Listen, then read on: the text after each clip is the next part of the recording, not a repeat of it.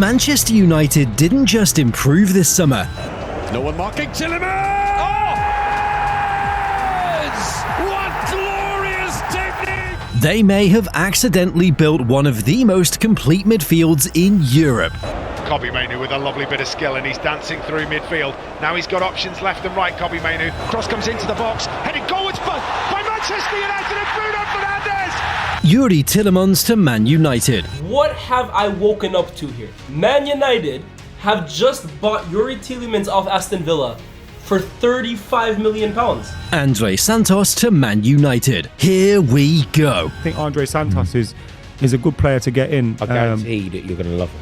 I think he's a really good player. For over 10 years, every manager has tried to fix the exact same problem. And every single one failed. Then Michael Carrick arrived. Instead of buying another superstar, he bought balance. Instead of chasing headlines, he chased profiles. Now Andrey Santos brings the intensity. Youri Tielemans brings the control, and suddenly, Manchester United looked like a team capable of dominating games instead of surviving them. If this midfield clicks, the Premier League has a terrifying Manchester United problem. To understand why these two signings matter, you have to understand Michael Carrick as a player first. He was never quick, he never won a game with a moment of individual magic. What he had was control of the ball, of space, of tempo. Well, I would say central defender and holding midfielder. They have maybe for the position they have a more global vision that they maybe play like a winger, for example. I'm not saying the winger cannot read perfectly the game, but it's different. So all I can say, I've said many times, Michael as a player was extraordinary. He'd get on it, look up, and the whole pitch seemed to slow down around him. That's rare, and it tells you exactly what kind of midfielder he's been searching for since he took over as head coach in January 2026. Michael Carrick can pass the football. Michael Carrick appreciates people that can pass the football in midfield for Manchester United. That is what he grew up on, that is what he's about, and that is what he's going to try and replicate maybe some of the football he played at Middlesbrough at Manchester United and try and build this midfield more in his image. Because here's the thing United have carried for years now, and it's not complicated to spot. This midfield either gets physically bullied by better teams, or it panics the second a press arrives and gives the ball away in dangerous areas. Sometimes both in the same match. It's been the single biggest reason United looked like a team without a plan, even in games they should control. The departure made it worse. Casemiro, who at least offered some experience and physicality, just left the club.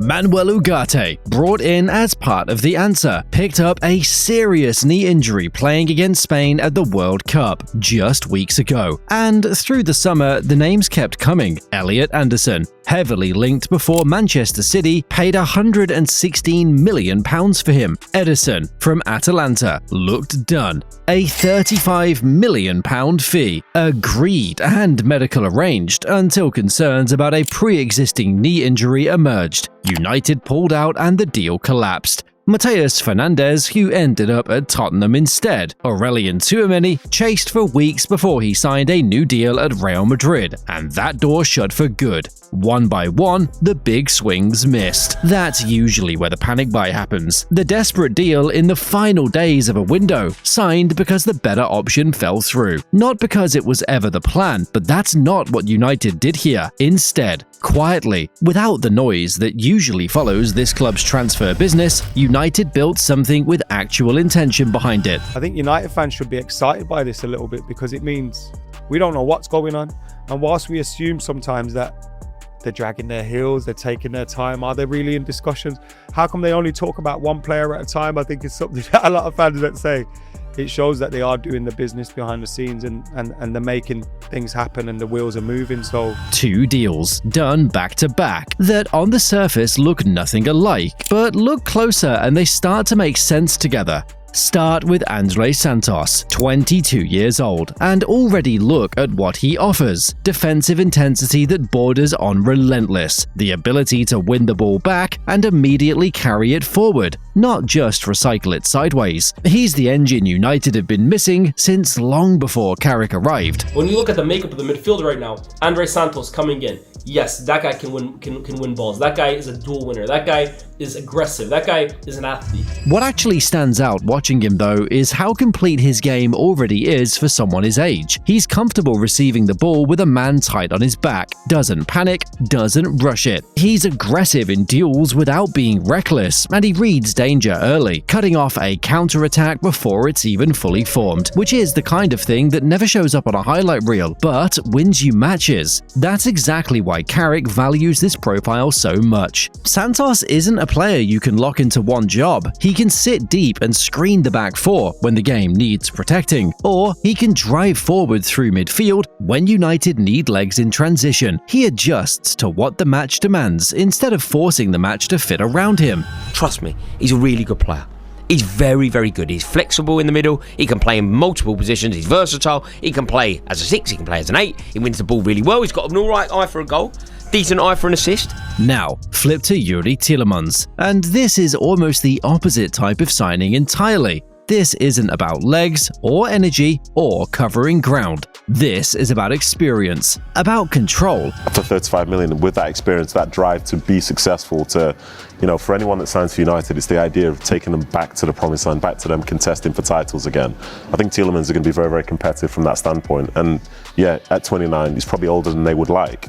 But for that fee, that's a brilliant deal, I think. Technically, watch what Tielemans actually does on the ball. His first touch alone creates space before a defender's even close to him. But I love midfielders like Youri Tielemans, who are just so, effortless with all of their actions, right? The way Youri Tielemans strikes a football, the way he's able to curl that ball, the way he's able to find passes, the way he moves around a football pitch, this is my kind of midfielder. And I think it's a kind of midfielder that Man United have badly missed now. His passing range covers every distance, short combinations through tight areas, then a 50-yard diagonal that changes the picture completely. The big one for me is how he links up play. He's an unbelievable passer of the ball, and he can carry it as well on the half turn. He can break through the lines. He never loses possession. He's such an intelligent footballer. He's got so many assists under his belt as well. The way he can play that ball between a centre-back and a full-back and link up play through the lines. It's not side-to-side with Tielemans. It's expansive passing, creative.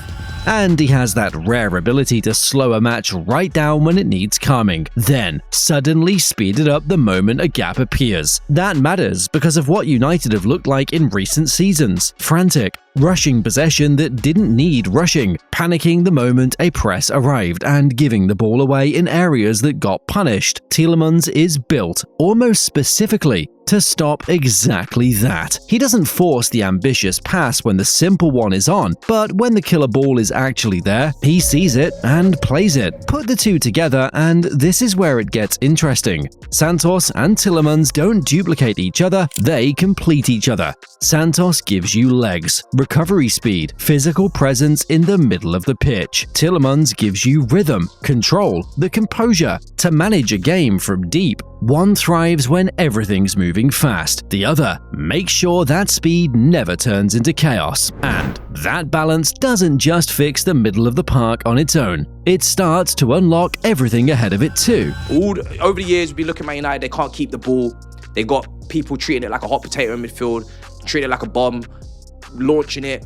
Even Bruno Fernandes has been a part of that. That's why he's been controversial. No ball retention, no care for possession. The midfield that you're putting together, the players that you're signing, it has to be possession. It has to be keep the ball. It has to be look after the ball. It has to be... Look at what this does for Bruno Fernandes specifically. For the last few seasons, Bruno's had to drop deep just to get involved, just to get a touch, just to make something happen, because nobody behind him could reliably move the ball forward. That's not what he's for. Bruno's at his most dangerous in the final third, arriving late, picking passes apart, not babysitting possessions 30 yards from his own goal. With Santos and Tielemans behind him, he doesn't have to be the one dragging the ball out of midfield anymore. He can stay higher, stay dangerous, and let two players who are actually built for that deeper work handle it instead. And Bruno's got a brilliant passing range, but he's not someone that's gonna, or that you really want to drop deep and run a game from there, right? You want him as high up the pitch as possible. Youri Tielemans is that kind of midfielder that is going to be at the center of the park, at the heart of all things good for Man United, getting on the ball, passing it around, breaking lines, finding fullbacks with his diagonals. The same logic applies to Kobbie Mainoo. These signings aren't about replacing the 21-year-old England international. They're about giving him something he's never had: structural security. Andrey Santos provides just that. With Santos anchoring the midfield and winning duels at an elite rate, Mainoo no longer has to be the primary defensive shield. There's a lot of versatile quality in that midfield now being added, an extra dynamic. You don't just have one deep line ball playing midfielder like Kobbie Mainoo with Bruno further up. You've now got two at Manchester United for a very cheap price. It's outstanding. He can stay higher, keep the ball in dangerous areas, and let his close control and press resistance do damage where it actually matters, in the final third. Then there's the moment right after losing the ball, which is where most Premier League games are actually decided now, not the pretty stuff. That 5-second window after a turnover. Santos deals with that through pure aggression, closing the gap fast, winning the ball back before the opponent can even turn. Tielemans handles it completely differently, through anticipation, already reading where the next pass is going before it's played, cutting it off without needing to make a tackle at all. Two different tools solving the same problem. There's a leadership side to this that's too easy to miss. Tielemans is the calm voice, the one who's captained club and country, who's seen high-pressure moments before, and doesn't panic in them. Santos is the hungry one, still building his name, still with something to prove every single week. That mix matters more than people think. A dressing room, under constant pressure, which Old Trafford always is, needs both types. The calm heads and the ones still chasing something. With the experience of Tielemans, which, if that works well, you get the perfect blend of Andrey Santos' energy and youth, and you juxtapose it with everything that Tielemans is going to bring to you. I think it's a great signing. I think both are actually excellent signings. I think Santos is perfect. Andrey Santos one, I'm intrigued by it. You know when I heard the news of Tielemans, I was like... And step back from the individual signings for a second, because the bigger picture here is what should actually worry people. This isn't United throwing money at reputation. This isn't chasing a name because it sounds good in a headline. This is a club identifying two specific gaps, legs and control, and filling them on purpose. Now, none of this is guaranteed. Chemistry takes time. Two good players arriving in the same window doesn't automatically mean they click, and anyone who tells you it does is selling something. There's a real adjustment period coming, and it might not look smooth early on, but for the first time in years, this midfield has been built with an actual plan behind it, not reputation, not panic, a plan. But United did their job because they've identified what needs to be balanced with what we've got right now, and that's the key thing for me. If this partnership works, United stop reacting to games. They start dictating them. They're going to be saved. The back line's going to be saved because there's going to be so much possession. This Man United side are going to turn into a side that is high quality possession. They're going to kill sides with Tielemans in midfield and Mainoo. It's going to be ridiculous. And that's the real problem for the rest of the Premier League. Not one marquee signing everyone can see coming. A midfield finally built with purpose. Subscribe for more on United's rebuild under Carrick. And drop a comment. Can Santos and Tielemans actually deliver?